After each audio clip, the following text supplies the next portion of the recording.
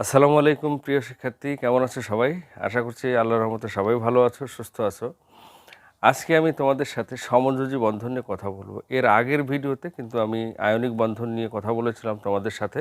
তোমরা নিশ্চয়ই সেই আয়নিক বন্ধনটা খুব ভালোভাবে বুঝতে পেরেছো। সেই একই অধ্যায় রাসায়নিক বন্ধন থেকে এই সমযোজী বন্ধন, এই টপিকস নিয়ে আজকে আমি আলোচনা করব তোমাদের সাথে, ঠিক আছে? তো তোমরা পুরো ভিডিওটা জুড়ে আমার সাথে থাকো।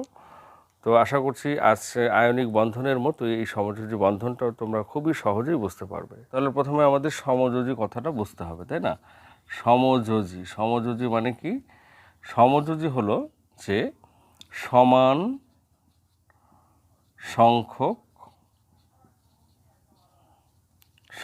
সংখ্যক এই যোজী মানে যোজন ইলেকট্রন, তাই না? সমান সংখ্যক যোজন ইলেকট্রন শেয়ার করে, ঠিক আছে? সমান সংখ্যক যোজন ইলেকট্রন শেয়ার করে সমযোজী বন্ধন তৈরি হয়, ঠিক আছে? সমান সংখ্যক যোজন ইলেকট্রন শেয়ার করে সমযোজী বন্ধন তৈরি হয়। এখন এই সমান সংখ্যক যোজন ইলেকট্রন শেয়ার করবে কারা? আমরা আয়নিক বন্ধনে দেখেছিলাম যে আয়নিক বন্ধন তৈরি হয় একটি ধাতু এবং একটি অধাতুর মধ্যে, তাই না? এই সমযোজী বন্ধনটা তৈরি হবে কিন্তু দুইটি অধাতু মৌল, ঠিক আছে? দুইটি অধাতু মৌল পরস্পর সমান সংখ্যক যোজন ইলেকট্রন শেয়ার করে এই সমযোজী বন্ধনটা তৈরি হবে। ওকে, এখন দেখো আমরা যদি একটু মৌল জগৎ থেকে ঘুরে আসি, মনে করো এটা হলো মৌল জগৎ, ঠিক আছে? এখানে মনে করো কি আছে, এই ধরো সোডিয়াম, হ্যাঁ, তারপরে ক্লোরিন, অক্সিজেন, হাইড্রোজেন, তারপরে ক্যালসিয়াম, ওকে, তারপরে ফ্লোরিন, ঠিক আছে, তারপরে কার্বন, এরকম বহু মৌল আছে, হাইড্রোজেন, অক্সিজেন, এরকম মৌল জগতে অনেক মৌল বিচরণ করছে। প্রত্যেকটা মৌলই কিন্তু এখানে স্ট্যাবল না, স্থিতিশীল না, তাই না? এরা সবাই কিন্তু ব্যস্ত স্ট্যাবল হওয়ার জন্য, স্থিতিশীল হওয়ার জন্য। এখন স্ট্যাবল হওয়ার জন্য কি প্রয়োজন তাদের প্রয়োজনীয় ইলেকট্রন দরকার, তাই না? এরা যে মৌলগুলো আছে, এই যে বিচরণ করছে মৌল জগতে, সেই মৌলগুলো কি বহন করে চলছে, তাদের পুঁজিটা কি? তাদের পুঁজি হলো ইলেকট্রন, ঠিক আছে? তাদের পুঁজিটা হচ্ছে ইলেকট্রন, এবং সেই ইলেকট্রনের মধ্যে যেগুলো যোজন ইলেকট্রন অর্থাৎ অযুগ্ম ইলেকট্রন, সেই ইলেকট্রনগুলোই কিন্তু বন্ধনে যখন অংশগ্রহণ করে তখন কিন্তু সেই যোজন ইলেকট্রনগুলো বা অযুগ্ম ইলেকট্রনগুলোই কিন্তু ব্যবহার করে, তাই না? এখন এই সমযোজী বন্ধনটা কিন্তু একই মৌলের মধ্যে হতে পারে, হ্যাঁ, একই মৌলের ভিন্ন ভিন্ন পরমাণুর মধ্যে হতে পারে। দেখো হাইড্রোজেন, এখন আমরা যদি হাইড্রোজেনের কথা চিন্তা করি, একটি হাইড্রোজেন আরেকটি হাইড্রোজেনের সাথে কিভাবে বন্ধন তৈরি করবে? আমরা জানি যে হাইড্রোজেন অধাতু, এই দুইটি অধাতু মৌল মিলে কীভাবে সমযোজী বন্ধন তৈরি করবে? আমরা জানি যে হাইড্রোজেনের একটি ইলেকট্রন, তাই না? সর্বশেষে একটি ইলেকট্রন আছে। এই হাইড্রোজেন কিন্তু স্টেবল নাই। এখন হাইড্রোজেন স্টেবল হওয়ার জন্য কি করবে? আর একটা হাইড্রোজেনের এখানে এই একটা ইলেকট্রন আছে, তাই না? এই একটা ইলেকট্রন। এখন এই হাইড্রোজেন এই অবস্থায় একটি ইলেকট্রন নিয়ে ঘুরে বেড়াচ্ছে। এখন এই হাইড্রোজেন সবসময় খুঁজে বেড়াচ্ছে যে কার সঙ্গে একটা বন্ধন তৈরি করা যায়, বন্ধন তৈরি করে স্টেবল হওয়া যায়। তখন ঘুরতে ঘুরতে হাইড্রোজেন আর একটা হাইড্রোজেনের দেখা পায়, হ্যাঁ। তখন এই হাইড্রোজেন কি করে? হাইড্রোজেন তার সর্বশেষ কক্ষপথের যে একটা ইলেকট্রন অর্থাৎ যোজন ইলেকট্রন আর একটা হাইড্রোজেনের আরেকটি যোজন ইলেকট্রন পরস্পর কি করে? এই শেয়ার করে, তাই না? এই দুইটি যোজন ইলেকট্রন, দুইটি সমান সংখ্যক যোজন ইলেকট্রন একদম তারা নিউক্লিয়াসের সামনাসামনি চলে এসে কি করে? তারা শেয়ার করে, এই ঘটনাটিকে আসলে শেয়ার বলে, ঠিক আছে। শেয়ার করে দেখো এখানে কিন্তু হাইড্রোজেন কি যুগ্ন মানে তার দ্বিত্ব পূরণ করে ফেলেছে, একটা নিষ্ক্রিয় গ্যাসের কাঠামো লাভ করে ফেলেছে। নিষ্ক্রিয় গ্যাসের কাঠামো লাভ করে তারা কি একটা হাইড্রোজেন অণু তৈরি করে ফেলেছে, তাই না? এই ওকে। আবার একইভাবে আমরা যদি অক্সিজেনের কথা চিন্তা করি, দেখো অক্সিজেন বল মডেল দিয়েই দেখাই আমরা। এই হচ্ছে প্রথম কক্ষপথ, দ্বিতীয় কক্ষপথ, তাই না? প্রথম কক্ষপথে কয়টা আছে? 2টা আছে। দ্বিতীয় কক্ষপথে 2s2 2p4 দেখো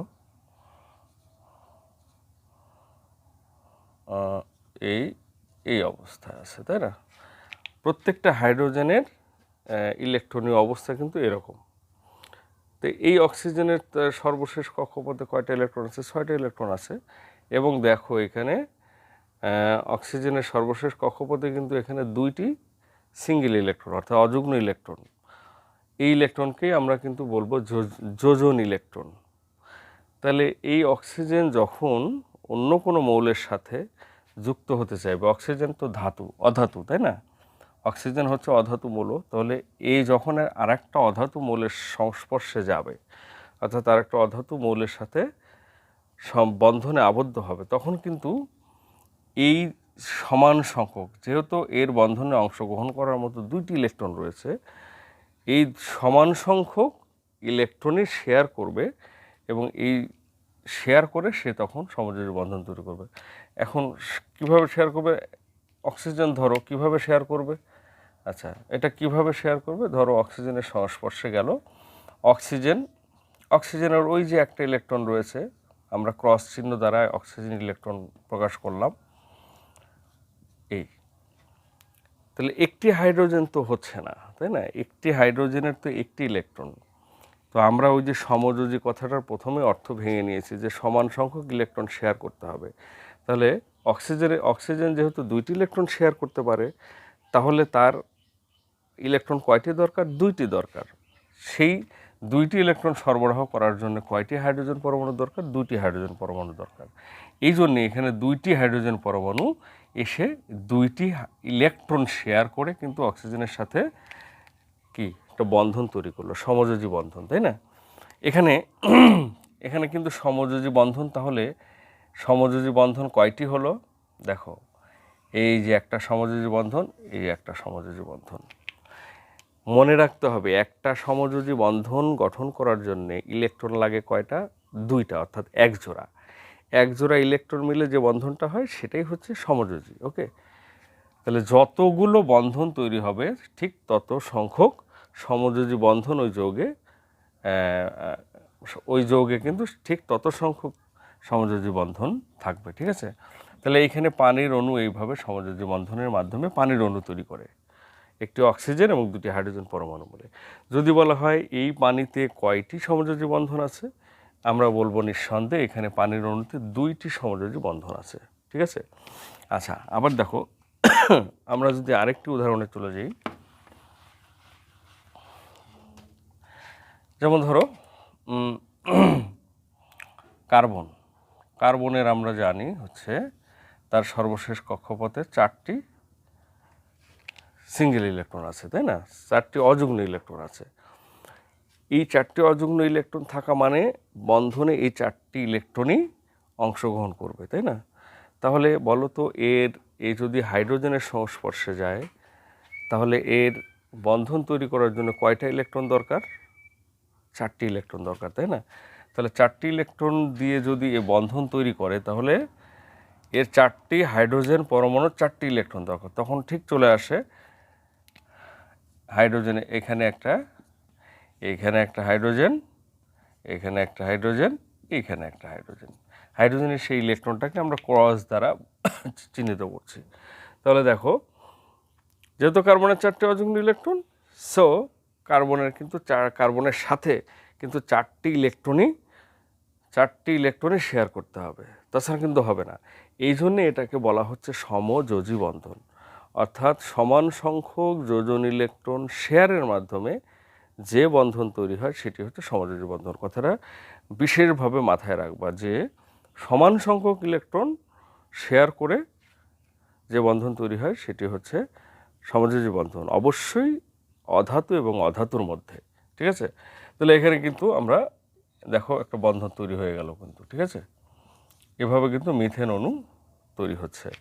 এবং যদি বলা হয় এই মিথেন অণুতে কয়টি সমযোজী বন্ধন আছে, অবশ্যই 4টি। এই যে 1টি 2টি 3টি 4, এখানে কিন্তু 4টি সমযোজী বন্ধন আছে। ঠিক আছে, ওকে। আমরা যদি আরও উদাহরণ দিই, দেখো আরেকটি উদাহরণ যদি আমরা দিই, তাহলে ধরো আমরা কি দেব,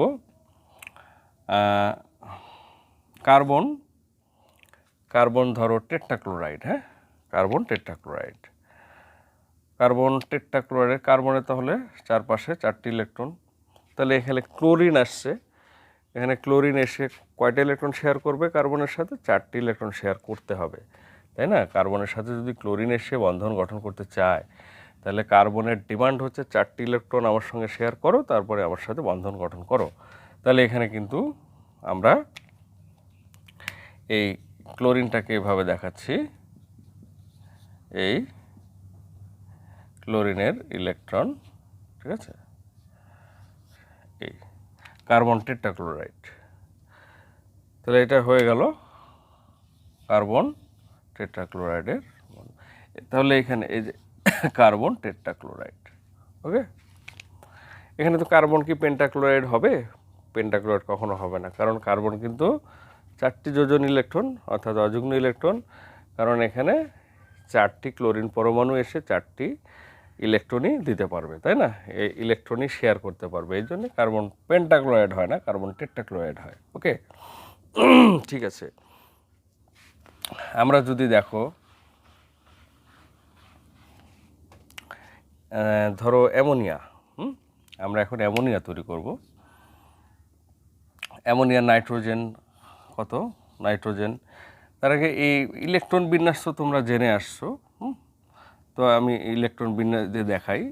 দেখো 1s2 2s2 2p, এভাবে তো তোমরা জানো, এটা নতুন করে কিছু বলার নেই। এই তাহলে এখানে কোন 3টি ইলেকট্রন তার সর্বশেষ কক্ষপথে আছে হলো 3 2 5টি ইলেকট্রন। সো আমরা এখানে তার সর্বশেষ কক্ষপথে 2টি সর্বশেষে আছে কয়টি? 3 2 5টি, এই 2টি, এই একটি 3টি সিঙ্গেল। আর প্রথম কক্ষপথে আছে হলো 2টি ইলেকট্রন, তাই না? এই হচ্ছে নাইট্রোজেনের অবস্থা। এখন এই নাইট্রোজেনের সঙ্গে আসবে, যেহেতু 3টি সিঙ্গেল ইলেকট্রন আছে, 3টি যোজন ইলেকট্রন, সো এই 3টি সমান সংখ্যক ইলেকট্রন শেয়ার যদি হয় অন্য কোনো মৌলের সাথে, তবেই সেখানে একটা সমযোজী বন্ধন তৈরি হবে। অবশ্যই সেটা অধাতু হতে হবে, তাই না? তাহলে এখানে যদি আমরা হাইড্রোজেনকে নিয়ে আসি, তাহলে দেখো কি হয়। হাইড্রোজেনকে নিয়ে আসি, দেখো 3টি হাইড্রোজেন এসে 3টি ইলেকট্রন শেয়ার করে এখানে কিন্তু 3টি সমযোজী বন্ধন তৈরি করবে। এখানে কিন্তু 3টি সমযোজী বন্ধন, তাই না? এটা হচ্ছে অ্যামোনিয়া। এভাবে মূলত সমযোজী বন্ধনটা তৈরি হয়, সমযোজী বন্ধন তৈরি হয়, সমযোজী যৌগ তৈরি হয়, এই যে সমযোজী যৌগ অ্যামোনিয়া। তাহলে সমযোজী যৌগ চেনার উপায় কি? ওই যৌগের মধ্যে যদি দুটাই অধাতু মৌল হয়, তাহলে কিন্তু সেটা আমরা বলতে পারি সমযোজী যৌগ, ঠিক আছে? তো সমযোজী বন্ধন আসলে এভাবেই তৈরি হচ্ছে। নিশ্চয়ই তোমরা সমযোজী বন্ধনটা বুঝতে পারলে যে কীভাবে সমযোজী বন্ধন তৈরি হয়। তো নেক্সট ভিডিওতে যেহেতু আয়নিক বন্ধন এবং সমযোজী বন্ধন কীভাবে হয় সেগুলো আমরা শিখে ফেলছি, তো নেক্সট ভিডিওতে আয়নিক যৌগ, তার ধর্ম বৈশিষ্ট্য কেমন, এবং সমযোজী যৌগের ধর্ম বৈশিষ্ট্য, রাসায়নিক ধর্ম ইত্যাদি নিয়ে আলোচনা থাকবে। তো সামনে ভিডিওটা দেখার আমন্ত্রণ জানাচ্ছি, এবং সেই সাথে এই ভিডিওটি যদি ভালো লাগে এবং ভিডিওগুলো যদি ভালো লাগে, তোমরা যদি কিছু শিখে থাকো, তাহলে চ্যানেলটি এখনই সাবস্ক্রাইব করো এবং চ্যানেলটি লাইক এবং কমেন্ট বেশি বেশি করো এবং আমাকে সাজেস্ট করো। তো সামনের ভিডিওটা দেখার আমন্ত্রণ জানিয়ে আজকের মতো বিদায় নিচ্ছি। আল্লাহ হাফেজ।